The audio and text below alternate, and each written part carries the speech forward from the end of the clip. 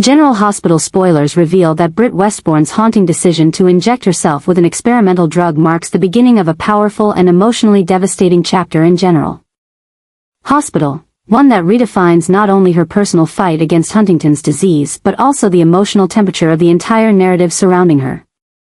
That single moment, quiet and seemingly inconsequential to those around her, was in truth the culmination of unbearable internal agony, desperation, and a need to cling to something, anything, that might grant her more time. It wasn't triumph. It wasn't rebellion.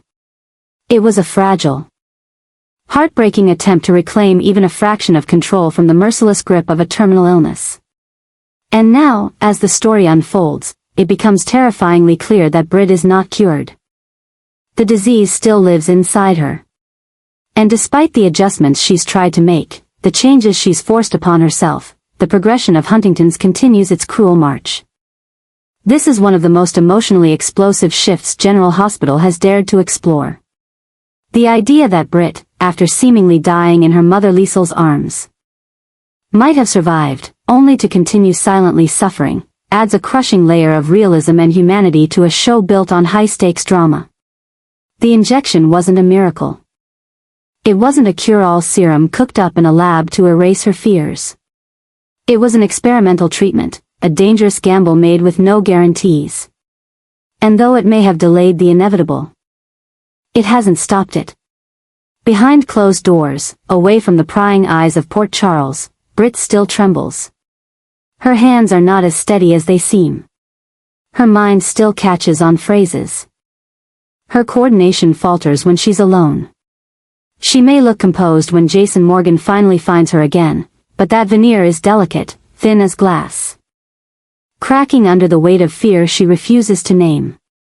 Because deep down, she knows the truth, no matter how far she runs, no matter what new name or passport she hides behind, she is still dying.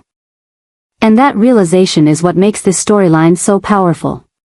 The audience, along with Jason and Liesel and eventually the rest of Port Charles, is now forced to confront something far more terrifying than death: deterioration. Britt is alive, yes, but at what cost? She faked her death, vanished, changed her identity, and made a deal with the mysterious Professor Henry Dalton, whose research might be brilliant but is unregulated, unapproved, and deeply dangerous. In her desperation, Britt allowed herself to become a test subject in a study that could either extend her life, or destroy it faster. It's a gamble she accepted, not because she was brave, but because she was terrified. Terrified of what Huntington's would do to her. Terrified of becoming dependent on Liesel. Terrified of having Jason watch her waste away and pity her. Terrified of disappearing slowly, painfully, until there was nothing left but memory and grief. The adjustment Britt made when she took that injection wasn't just biochemical, it was emotional, psychological, existential. She crossed a threshold that few characters ever truly do, the awareness that survival isn't always a blessing. That every moment of extended life comes with a ticking clock in the background. That every reprieve is borrowed. That sometimes, fighting doesn't lead to triumph. It just leads to more pain. This revelation will shatter Jason when he discovers it. He finds her in Croatia, alive. Radiant, stronger than he expected, but not whole. Not cured. And not safe. Jason, a man who has already suffered loss after loss, who believed Britt had died protecting Jocelyn, will experience a flood of emotion, disbelief, relief, anger, and a resurgence of the love he thought he buried with her. But once the joy fades, he will see the cracks beneath the surface. He will hear the hesitation in her voice, the way her fingers tremble ever so slightly when she lifts a glass, the distant look in her eyes when he speaks of the future. And it will crush him. Because Jason doesn't want borrowed time. He wants her, whole. He wants to build a future that Britt no longer believes she has. And that fundamental conflict will drive the next chapter of their story. Jason, ever the fighter, will push for answers.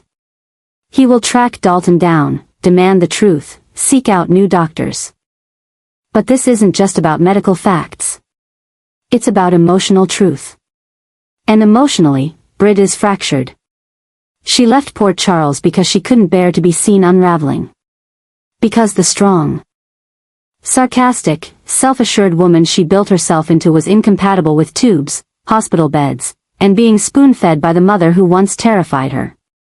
She couldn't handle the idea of being mourned slowly, pitted by people who once feared or loved her. So she fled.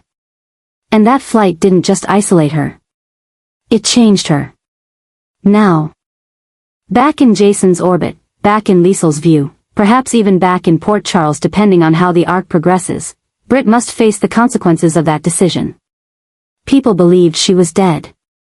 They grieved. Some moved on. Others didn't.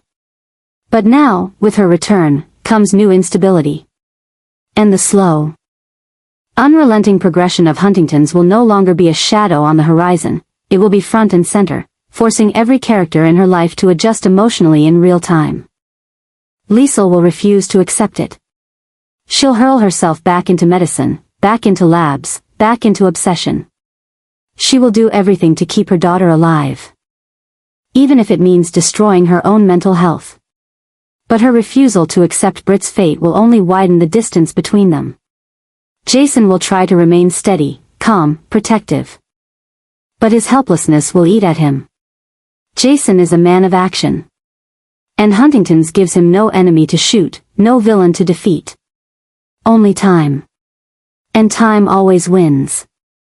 Even Jocelyn, perhaps still struggling with her own guilt over Britt's supposed death, will now see the woman who saved her still suffering because of her choice. Britt didn't just take a knife for her.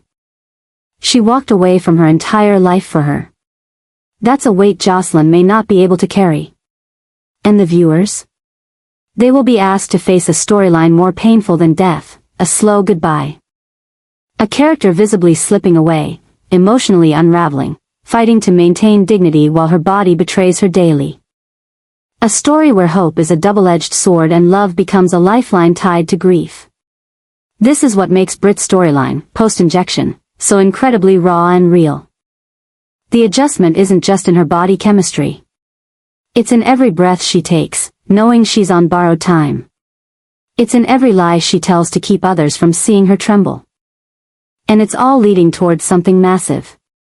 Whether that climax is another medical collapse, a moment of public breakdown, a shocking reveal at a WSB-connected event, or even a final decision to return to Port Charles and say goodbye properly, it's coming.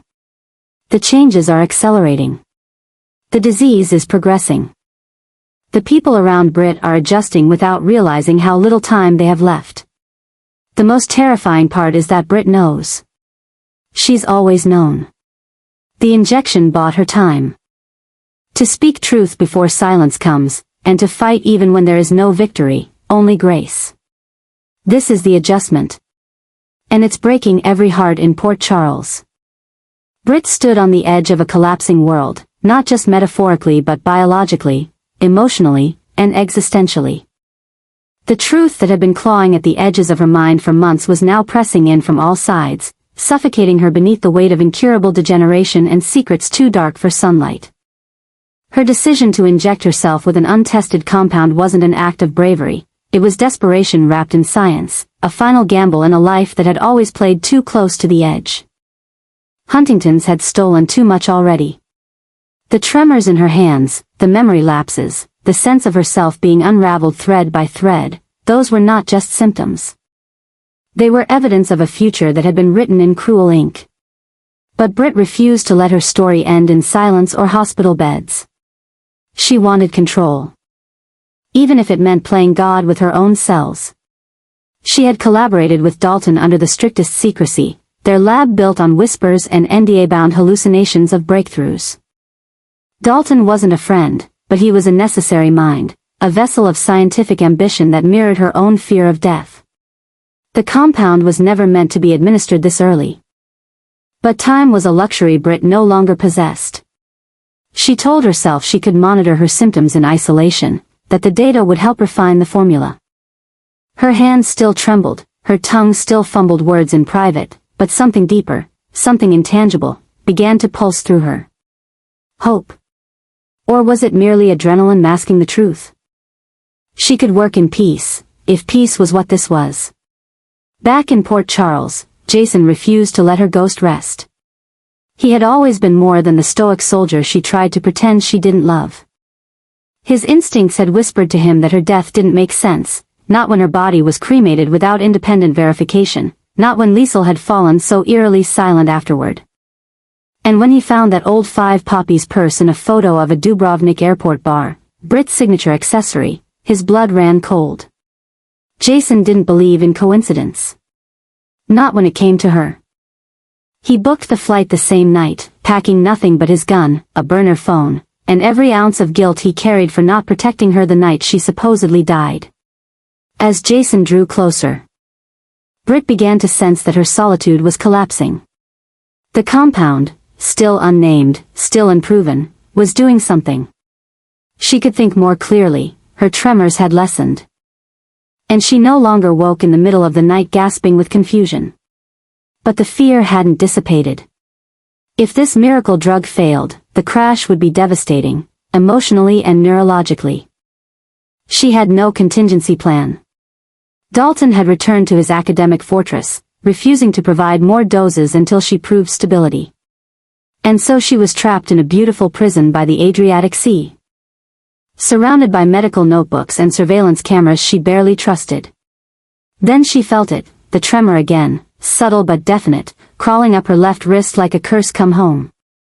She fell into herself that night, sobbing into the memory of who she used to be. The brat, the villain, the flirt. The misunderstood daughter of a woman who would have broken the world in half to save her. Liesl had made a deal with the devil once before for her. Would she do it again? Had she already? Britt didn't know what her mother knew or didn't know. All she knew was that her reflection was growing dimmer, less familiar, and time was running out. And that was when Jason knocked on the door of her rented villa. She opened it without caution because some part of her always knew he would find her. He stood there, stunned into silence. Not because she was alive, but because she looked alive. More than that, she looked strong. The disease hadn't claimed her yet. And she saw the hope rise behind his steely eyes like a tide he couldn't control. She let him in, poured them both wine, and said nothing for a full 10 minutes. Silence was the only safe terrain between them. Then he asked her the question he had carried across oceans. What did you do, Britt? And she told him everything. The injection. The risk. The dreams she dared not dream. Jason didn't try to talk her out of continuing. He simply asked for the data, asked to watch the surveillance footage, asked to be part of her research. He hadn't come to rescue her. He came to stand beside her. And that, more than any miracle compound, made her feel human again. But peace never lasted long for people like them. Back in Port Charles, Liesl was under surveillance. Someone had traced a package sent from her private P.O. box to Croatia. The WSB wanted answers. They were already suspicious about Britt's cremation, no dental records. No DNA match, just a signed form and a closed casket. It was too clean, too fast. And Anna, always a few steps ahead, was beginning to question why Liesl had disappeared from GH Records for 2 weeks right after Britt's funeral. Meanwhile, Dalton had begun selling a modified version of the compound to a private biotech firm. He left Britt out of the patent filing entirely, claiming sole authorship. When Britt found out, she shattered every glass in the villa and called Jason to strategize. He warned her that exposure could kill her, not just scientifically, but literally. The biotech world didn't deal kindly with liability. And then came the first real symptom. Britt collapsed in the bathroom, her vision fracturing into white noise. Her left side going numb for 10 terrifying seconds. She woke up on the floor with Jason's hands on her face, calling her name like a prayer. She begged him not to call for help, not yet. She needed time. She needed to know if this was a glitch or the beginning of the end. Jason, barely keeping himself together, agreed. But his eyes told her something else. He wouldn't watch her die. Not again. In the days that followed, they worked together, side by side, cataloging every movement, every emotional shift, every deviation from baseline. Jason hadn't trained as a scientist. But he had the discipline, the loyalty, and the desperation to make himself useful. And for the first time since she stabbed herself with hope, Britt began to believe that maybe, just maybe, this wasn't a countdown. Maybe it was a resurrection. But time was cruel, and fate was hungrier than even the disease. As rumors swirled about a WSB investigation into medical fraud, as Dalton's modified drug failed in clinical trial with 2 patient deaths, as Liesel received an anonymous note that simply read, "She's not gone, is she?" everything threatened to collapse. Britt had to choose. Return to Port Charles and face the world with a body that might be lying to her. Or stay hidden and let Jason take the fall for the web of lies unraveling in her wake. She chose neither. Instead, she prepared one last injection, a refined compound, a final dose, the result of months of testing and thousands of Jason's logged notes. She looked at him, her eyes fierce with love and terror, and asked him to trust her. He didn't want to. But he did. And as the liquid slid into her bloodstream one last time, they both knew this wasn't just about Huntington's anymore. It was about rewriting destiny. About claiming a future that had been stolen the day she read that diagnosis. It was about proving that some people can't be erased. Not by disease. Not by betrayal. Not even by death. Because Britt wasn't just fighting for her life. She was fighting for the right to live it. Dalton wasn't just a scientist driven by ambition, he was an architect of silent destruction, and Britt, whether knowingly or not, had become his ultimate prototype. The compound she trusted as a miracle drug, a possible antidote to the devastating progression of Huntington's, had been secretly altered by Dalton in a dark experiment to explore a radically unethical theory. Could a deadly neurological pathogen be embedded into an experimental treatment, hiding in plain sight beneath the promise of healing? Britt, desperate for hope, never suspected that what was being injected into her veins wasn't salvation, it was a ticking biological bomb. Dalton had grown increasingly unstable over the years, obsessed with pushing boundaries, fascinated by the idea that a disease could be rebuilt from within. He viewed Britt not as a collaborator but as a willing host. Her desperation made her the perfect subject, smart enough to record her progress, too frightened to question anomalies. He needed her to survive just long enough for the pathogen to adapt and replicate silently. It wasn't just about Huntington's anymore. Dalton had created a new neurological hybrid. One that masked itself in recovery, presenting delayed symptoms until it was too late to reverse. Every time Britt felt a tremor stop or a symptom ease, it wasn't healing, it was the disease recalibrating, spreading deeper. This horrifying truth began to emerge only when Jason, sifting through her biometric data, found inconsistencies in her neural response logs. Her dopamine levels were too high for someone managing Huntington's. Her reflexes were sharpening at an unnatural rate. And her dreams had shifted from vivid memories to violent, coded nightmares, images that resembled viral replication patterns Jason remembered seeing in Black Ops biological warfare files. He confronted Britt, who at first resisted the idea. But as more anomalies surfaced, her skin temperature spikes, memory loops, erratic bursts of aggression, she could no longer deny that something inside her was evolving. And it wasn't just the disease. Dalton, unreachable for weeks, had left behind encrypted notes. When Jason finally cracked them, the horror became undeniable. Dalton referred to Britt as Stage 2B, a host on the brink of neurological reconfiguration. He wrote of his desire to weaponize neurodegeneration by accelerating certain proteins while suppressing awareness in the subject. Britt hadn't just been injected with hope, she had been poisoned with precision. She wasn't healing. She was being transformed. And the worst part? The pathogen was designed to become contagious under psychological duress. If Britt suffered a violent emotional collapse, she could trigger its spread through sweat, blood, or even saliva.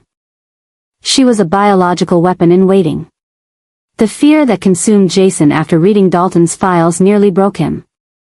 He wasn't just fighting to save Britt, he was racing against time to prevent a biochemical disaster. Britt, meanwhile, spiraled into a storm of betrayal and terror. Every moment she believed she was winning against Huntington had been a lie. Every glimmer of strength had been the disease, reshaped by Dalton's vision, thriving inside her. Her own body had become a trap, her faith in science turned into a slow death sentence. Worse still, her emotions, her bond with Jason, her rage at Dalton. Her fear of isolation could be the trigger for a mass outbreak. But Britt didn't collapse. She chose to fight. Armed with the truth, Jason and Britt went underground. Using her recorded data and Dalton's files, they began developing a counteragent, a neutralizing serum designed to deactivate the altered proteins before they replicated beyond her neural core. It was experimental, unstable, and incredibly risky. They had one shot. If it failed, Britt wouldn't just die, she'd trigger the release of a virus capable of wiping out thousands. But if it succeeded, she'd be the first person to beat not just Huntington's, but the evil that hijacked it. She would turn Dalton's horror into a miracle again. And as they prepared the final serum, Jason told Britt the one thing that kept her steady: you were never broken. You were just made to survive hell. Britt smiled through her fear. Because she knew, this wasn't just about saving herself. It was about reclaiming her identity from the monster who tried to use her as a weapon. She would not be his experiment. She would be his reckoning.